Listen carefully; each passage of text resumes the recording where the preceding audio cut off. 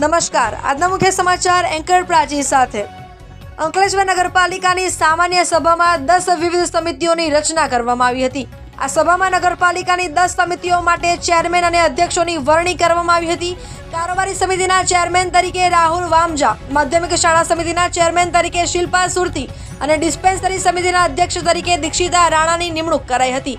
Health and સેનિટેશનના chairman તરીકે નરેન્દ્ર પટેલની નિમણૂક કરાઈ હતી। ડ્રેનેજ કમિટીમાં સંદીપ પટેલની નિમણૂક કરાઈ। વાહન કમિટીમાં અંકિત રાઠોડની નિમણૂક કરાઈ। લાઇટ કમિટીમાં મનીષાબેન પટેલની નિમણૂક કરાઈ। વોટર વર્ક્સ કમિટીમાં વિશાલ ચૌહાણની નિમણૂક કરાઈ હતી। બાગ કમિટીમાં હેતલબેન ગાંધીની નિમણૂક કરાઈ હતી અને એપીએમસીના સભ્ય તરીકે અમીષા પટેલની નિમણૂક કરાઈ હતી। આમ 10 કમિટીની રચના કરવામાં આવી હતી।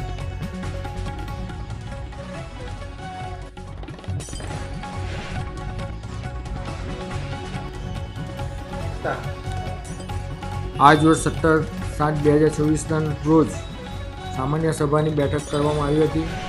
એના અનુસંધાને આજ રોજ ટોટલ 15 કામ મંજૂર કરવામાં આવ્યા।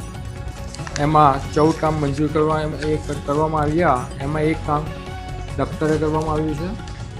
આજ રોજ દરેક કમિટીની પણ નિમણૂક કરવામાં આવી આ બોર્ડમાં, જેમાં કારોબારી સમિતિ તરીકે રાહુલભાઈ વામજાને ચેરમેન તરીકે નિમણૂક કરવામાં આવી। માધ્યમિક શિક્ષણ સમિતિના ચેરમેન તરીકે શિલ્પાબેન સુરતીની વરણી કરવામાં આવી।